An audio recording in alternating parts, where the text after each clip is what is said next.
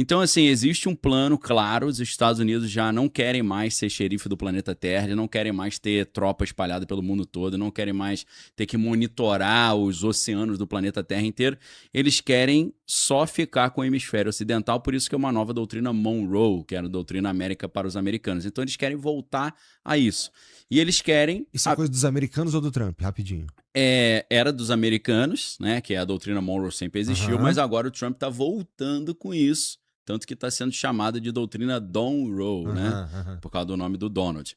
Então, a ideia é que os Estados Unidos não dependam mais do comércio internacional, a ideia é acabar com a globalização, de não ter mais esse comércio aberto no mundo, e os Estados Unidos ficarem, de certa forma, blindados aqui no hemisfério ocidental. Para isso, eles dependem dos recursos naturais que tem no Canadá, que tem na Groenlândia, que tem no México também, e principalmente o petróleo venezuelano. E é claro, daqui a pouco que ele terminar esse serviço, ele vem conversar com o Brasil, porque o Brasil é a segunda maior reserva do mundo de terras raras.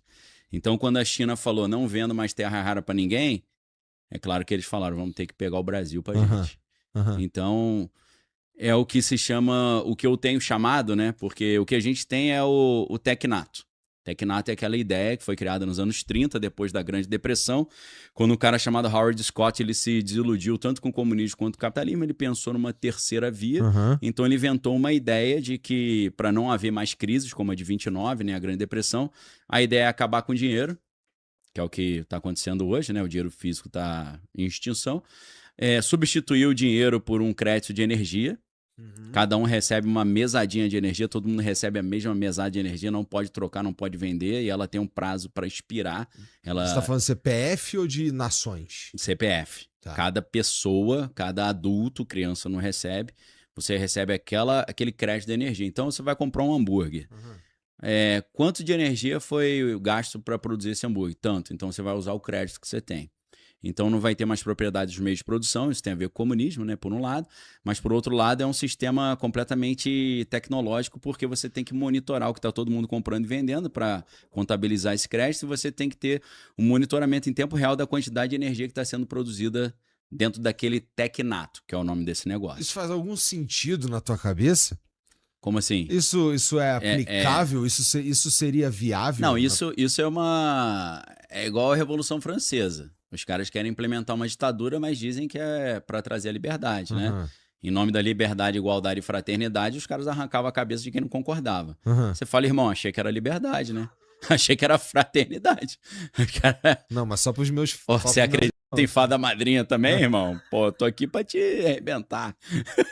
Isso aqui é só o argumento. Somebody love. O somebody, pô. Então isso é uma ditadura fantasiada de um paraíso tecnológico, mas é uma prisão digital total, pô. Esse modelo é a ser implementado no planeta?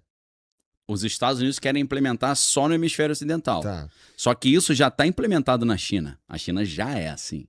Entendeu? Então a China só vai expandir a sua zona de influência, criando o tecnato que eu chamo, eu acho que foi eu que inventei esse termo, tecnato da Lestásia. Por que Lestásia? E porque o tecnato das Américas seria o tecnato da Oceania, e o tecnato comandado pela Rússia é o tecnato eurasiano. Eu estou usando uma terminologia que George Orwell usa no 1984, em que o mundo, depois de uma grande guerra mundial, está dividido nesses 3 grandes blocos, que são tiranias tecnológicas, exatamente como nos anos 30 o Howard Scott pregava, e o braço direito dele, que era o Joshua Norman Haldeman, também pregava, lembrando que Joshua Norman Haldeman teve uma filha chamada May Haldeman, que casou com um cara chamado Elon Musk e teve um garotinho chamado Elon Musk. Então essa família trabalha em prol disso desde os anos 30. E é isso que eles estão implementando. Todas as empresas do Elon Musk ajudam isso a vir à tona, entendeu? Interessante pra cacete.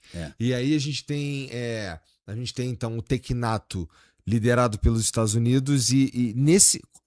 Tem o liderado pela China e o liderado pela Rússia. Isso. Esses tecnatos, eles são essencialmente ditaduras mesmo? Assim, vamos lá.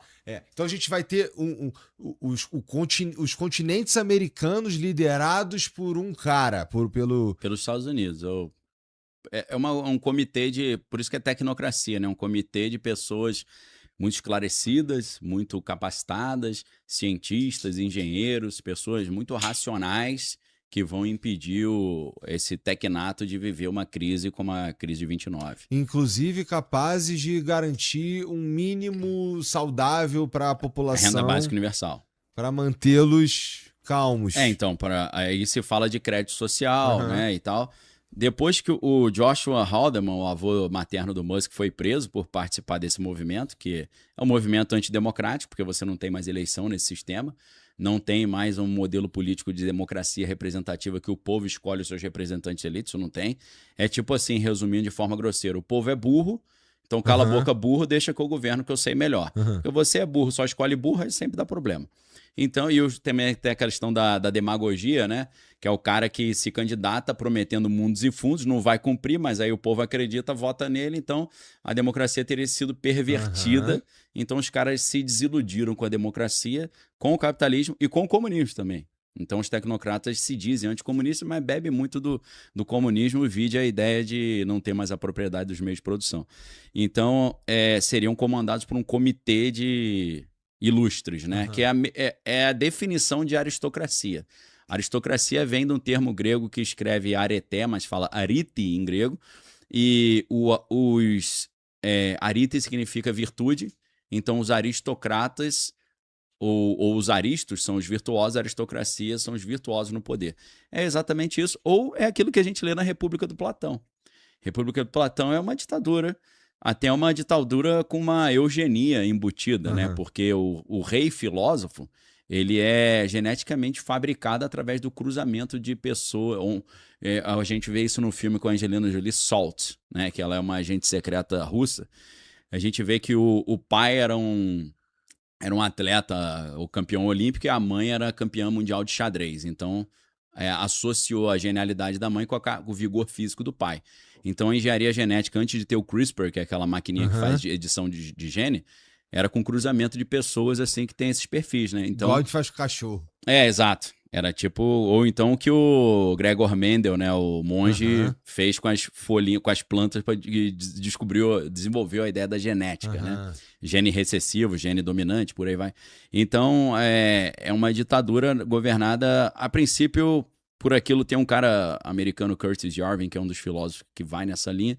Ele fala de você não ter mais um governo, mas você ter um GovCorp, um governo-corporação. Assim como uma corporação, vamos supor, o povo americano não participou da escolha do Tim Cook como CEO da Apple. E dessa forma também, o governo visto como corporação, o povo também não vai participar. Eles que escolhem, o comitê do board de diretores, o conselho de diretor, que escolhe quem vai ser o novo CEO. Então, é uma ditadura, é a destruição da democracia fantasiada de um paraíso tecnológico, mas que, na verdade, é uma ditadura, uma prisão digital. E o que tem no Japão que interessaria a China? No Japão, você tem ali uma questão de controle do mar, porque o Japão é um aliado dos Estados Unidos. Então, você tem alguém que está freando o seu avanço ali, o seu acesso ao trânsito marinho, o trânsito no mar, Entendi. as rotas comerciais. Então, todo esse Mar do Sul da China ali é monitorado pelos Estados Unidos com a ajuda da Austrália e com a ajuda do Japão. Se você tira o Japão de cena e a Austrália, tu transita ali, que é uma maravilha. Tinha esquecido da Austrália. A Austrália vai fazer parte desse bonde aí. A Austrália tá na cara do... A Austrália foi ajudar os Estados Unidos? Não foi. O que ele tá dizendo? Se vira então, vai lá. Vai briga com a China lá, então não vou te ajudar mais não. Só que isso não é o Trump triste, poxa, você não me ajudou. Ele já queria fazer isso. Ele não quer mais ter soldado americano espalhado pelo mundo que gasta uma grana e não tá servindo para nada. Ele quer botar todo mundo de volta para ele fazer um super quartel-general ali nas Américas. E agora ele tem toda a desculpa. Exatamente. A palavra certa é desculpa ou justificativa. Eles apenas precisavam de uma justificativa. Por exemplo, o Trump já está há um tempão querendo transformar a economia americana, que era comandada por Wall Street, numa economia de guerra. Então agora ele já conseguiu, porque eles estão em guerra. O orçamento militar vai subir de 1 trilhão para 1,5 trilhão. A Rússia já está querendo fazer isso há muito tempo. A guerra na Ucrânia, que todo mundo acha que fala, caramba, que prejuízo, fez ele conseguir ter justificativa para a população russa para mudar a economia russa para uma economia de guerra. Por que economia de guerra? Porque eles estão se preparando para criar essas grandes zonas de controle que eles estão montando aí, que há muito tempo eles já queriam fazer. E a Europa seria a parte da Rússia. Da Rússia. Né? Cair no colo da Rússia. O Trump vai falar, ó, Putin, tira todo o pessoal russo aqui da Venezuela, tira toda a galera chinesa daqui da América do Sul, isso aqui é meu. Aí vai falar, mas e o que eu ganho com isso? Faz o que você quiser com a Europa. Faz o que você quiser com Taiwan, eu não me meto mais. Não. Ah, então valeu, então beleza. Você vai sair daqui? Então sai dali. Se você sair daqui da Ásia, eu saio da América. Se você sair da Europa, eu saio também da América. Não, sai daqui que eu saio de lá. Beleza. É isso que está acontecendo hoje no mundo. Tanto que a Alemanha estabeleceu uma regra agora, semana passada. Um cidadão alemão em idade militar, se for passar mais de 3 meses fora da Alemanha, tem que ter uma autorização do exército alemão. Isso já é quase uma convocação militar obrigatória. Os Estados Unidos, o que acontece? Todo americano em idade militar, ele teria que se alistar no exército, mas a galera não se alista. Então os americanos gastam uma grana fazendo propaganda. Como tem no Brasil também, o alistamento militar é obrigatório, mas você sempre vê uma propagandinha aí, venha se alistar. Então, o que eles estão querendo fazer agora? Pegar a Big Data, todos os dados dos americanos, e já alistar esse cara automaticamente, mesmo ele querendo, não querendo. Isso está para ser já implementado no final do ano. O que significa isso? Esses países estão se preparando para entrar na porrada com todo mundo. Tu acha que vai começar a existir uns bolsões, pessoas que vão deliberadamente fora do sistema? Esse é o problema do Irã. O Irã é uma brecha no sistema. Por quê? Porque o Irã foi completamente sancionado, o Irã foi excluído do SWIFT. E o Irã... Há muito tempo. Muito tempo, então os iranianos conseguiram arrumar várias gambiarras para contornar essas sanções americanas. Então, se eles querem um sistema de controle total, o Irã, como ele é hoje, ele não pode existir, porque ele é uma brecha no sistema e ele dá margem para outros criarem brecha também. Então, ele como se fosse ali um vazamento no reservatório. Tá. Entendeu? Cara, e aí eu entendi. A gente caminhando para um mundo que tem esses polos, por que diabo que o Trump tá atacando o Irã? Ele parece estar tentando, uma leitura mais rasa o cara tá tentando atrapalhar o avanço da China. Ó, o que ele fez na Venezuela, fudendo com o petróleo que os caras vendiam para os chineses. Agora ele tá entrando aqui no Irã, que é a zona de influência tanto da China quanto da Rússia. E parece, para mim, um puta problema, porque assim, a China e a Rússia... Tem uma explicação mais fácil. Então vai. Geralmente a explicação mais fácil tá certa, né? Se os americanos saem do Oriente Médio e deixam o Irã do jeito que tá, com o urânio enriquecido a 60%, eles jogam uma bomba atômica em Israel. Então, antes dos Estados Unidos... vamos fazer uma sketch aqui de comédia. Tá. De ficcional. Os Estados Unidos chegam e falam assim para Israel, ó, tô indo embora do Oriente Médio. Israel fala, peraí, você vai me largar com esse psicopata aqui? O Irã, patrocinando o Hezbollah no Líbano, os Houthis no Iêmen, o Hamas. Aí tu vai me arrebentar, pô. Não, antes de tu sair, tu arruma a casa aí pra mim, pô. Senão eu vou virar pizza. Vou virar pó. Aí os amigos, não, beleza. Antes de eu sair, eu resolvo a parada. Deixo todo mundo fraquinho pra tu ficar na paz aí, beleza? Então é isso. Estão arrumando a casa pra Israel poder ficar tranquilo. Isso é a resposta assim mais rápida. Se você quiser, tem mais umas 658 respostas. Tá. E aí tá bom. O Trump, mas o Putin, Sim, ficando com a não interferência dos Estados Unidos no que ele for fazer na Europa e sendo aliado da China, isso não quer dizer que que vai ser mole. Não, né? não. Inclusive, não. A Europa está se preparando para brigar. Isso aí, a gente vê a Polônia, a gente vê... Tá todo mundo ali já. Todo mundo assim já.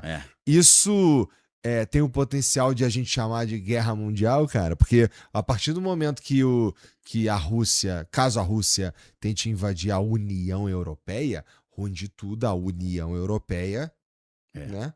Vai... Mas a grande dissuasão da Rússia invadir a União Europeia é a OTAN no meio dos seus 32 países, tem os Estados Unidos que tem a capacidade bélica desproporcional. Que tá doido pra sair fora da OTAN. Já tá doido pra sair fora. O que é meio irracional, você pensar, porque que os Estados Unidos vai deixar de proteger a Europa, vai entregar a Europa no colo da Rússia. Que maluquice é essa? Mas é o que ele quer fazer, pô. Porque ele e Putin, ó, ruim carne. Entendeu? Como é que pode os caras conseguir construir, então, uma narrativa que eles se odeiam, cara? Pô, os caras são bons pra caralho, hein? Pô. Não se odeiam nada. Você não viu aquele encontro lá no Alasca? Eles no carrinho, felizaço, junto. Esses caras são chapa, irmão. Você vê foto do Trump na Rússia, na época da União Soviética ainda, final dos anos 80. Trump tem uma entrada muito boa lá, conhece os oligarcas todos lá. O Trump é um cara, meu irmão, um cara diferenciado, né? Não é qualquer coisa, não. E a gente aqui é pra gente ficar em paz ou é pra gente ficar boladão? A gente no Brasil tá num lugar melhor, cara. A gente tá numa posição melhor do que a Europa, por exemplo. Se eu morasse na Polônia ou na Alemanha, eu tava mais preocupado. Agora, estando aqui, assim, a gente, a princípio, não é lugar onde cairia uma bomba atômica. Uhum. Não tem motivo para isso. Então, só de não ser alvo de um míssil cair na cabeça já é melhor pra caramba, né? Que é mais um problema pra gente